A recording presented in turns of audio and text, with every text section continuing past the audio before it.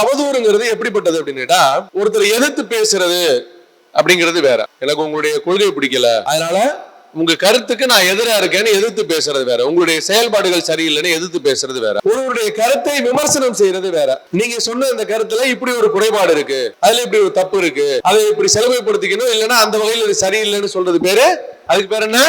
விமர்சனம். ஆனா எதிர்த்தும் பேசாம விமர்சனமும் செய்யாம இது ரெண்டுக்கும் எனக்கு வக்கில்லைன்னு வச்சுக்கோங்க. இப்ப நான் என்ன பண்ணுவேன், எதையாவது ஒண்ணு சும்மா கிளப்பி விட்டு போயிருவேன். மூக்கு கோணலா இருக்கு அப்படின்னு சொல்லிட்டு போலாம். இது ஒரு பெரிய பிரச்சனையா?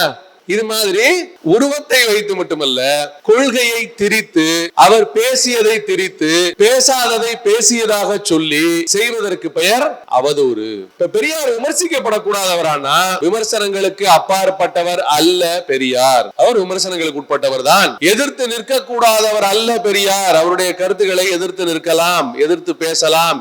அப்படி எதிர்த்து பேசுவதற்கான வாய்ப்பை பெரியாரே வழங்கி இருக்கிறார் பல பேருக்கு. அவர் கருத்தை பேசிட்டு இருக்கும் போதே மக்கள் யாராவது எதிர்த்து கேள்வி கேட்கணும்னா துண்டுச்சீட்டை கையில கொடுத்து கேள்வி எழுதி வாங்கி இருக்கிறாரு. இல்ல கூட்டங்கள்ல எதிர்த்து யார் வேணா கேள்வி கேட்கலாம் எழுப்பி நிப்பாட்டி கேள்வி கேட்க வச்சு பதிலும் சொல்லி இருக்கிறார். அப்ப இது ரெண்டுக்கும் நாம் எதிராக இல்லை. எது செய்யக்கூடாது என்று சொல்லுகிறோம்? அவதூறு செய்யக்கூடாது. சரி, செய்யக்கூடாதுன்னு சொன்னா செய்யாம விட்டுருவானா? அவதூறு தான் செய்வான். ஏன்னா பெரியாருடைய கருத்துக்களை ஏற்றுக்கொள்வதற்கு அவ்வளவு ஈஸியெல்லாம் ஏத்துக்க முடியாது. அப்ப என்ன விதமான அவதூறுகள் பெரியாரை பற்றி இருந்திருக்கின்றன? பெரியார் ஒரு கன்னடர் என்பது விமர்சனமும் அல்ல, எதிர்ப்பும் அல்ல, அவதூறும் அல்ல. அது உண்மை. அதுக்கு என்ன பண்ண முடியும்?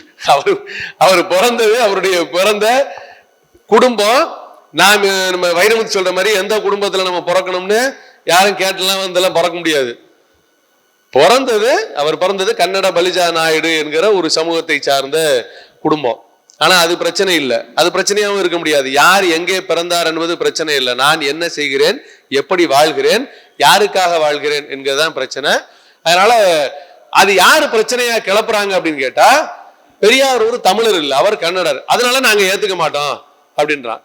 அப்படி சொல்றவன் எவனாவது இந்த ஃபேனை கண்டுபிடிச்சவன் தமிழன் கிடையாது, அதனால நான் இனிமே ஃபேனே போட மாட்டேன். சப்பாத்தியை கண்டுபிடிச்சவன் தமிழன் கிடையாது, அதனால சப்பாத்தி சாப்பிட மாட்டேன். இந்த மாத்திரையை கண்டுபிடிச்சவன் தமிழ் இல்லை, அதனால நான் மாத்திரையே சாப்பிட மாட்டேன்னு எவனா சொல்லுவானா?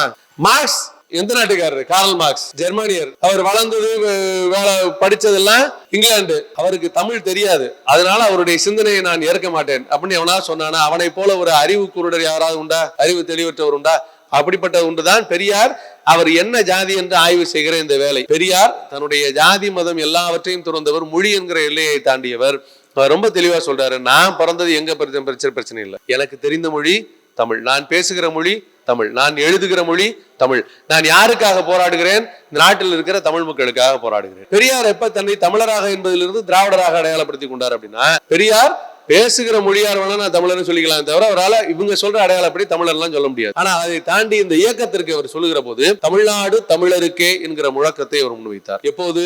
இப்ப ஒவ்வொருத்தருக்கும் வெவ்வேறு விதமான அடையாளங்கள் உண்டு. ஒரு அடையாளத்தை வில்வன் அழகா சொன்னாங்க, நாம் தமிழர் as well as நான் ஒரு திராவிடன் அப்படின்னு சொன்னார். எதுக்காக ஒரு அடையாளத்தை நம்ம எடுத்துக்கிறோம்? நான் ஆண் என்கிற ஒரு அடையாளத்தை சொன்னால் அது பாலின ரீதியான அடையாளம். மற்ற விலங்குகளோடு ஒப்பிடுகிற போது நான் ஹோமோசேப்பியன், இல்ல மனிதனுக்குள்ளேயே நான் யாருன்னா நான் ஹோமோசேப்பியன். ஊர்ல நீ எந்த ஊர்றான்னு கேட்டா நான் காரைக்குடிக்காரன், சிந்தனையில நீ யாருறானா நான் பெரியாரிஸ்ட், மொழிப்படி நீ யாருறான்னா நான் தமிழன், நாட்டுப்படி நீ யாருறான்னா நான் இந்தியாக்காரன், ஆசியாக்காரன், வெளிக்கிரகத்துக்கு போயிட்டேன்னா நான் உலகத்துக்காரன். அப்போ ஒரு அடையாளம் எந்த சூழலில் என்பது, எந்த கேள்விக்கு என்பதை பொறுத்து அந்த அடையாளம் என்பது வருகிறது.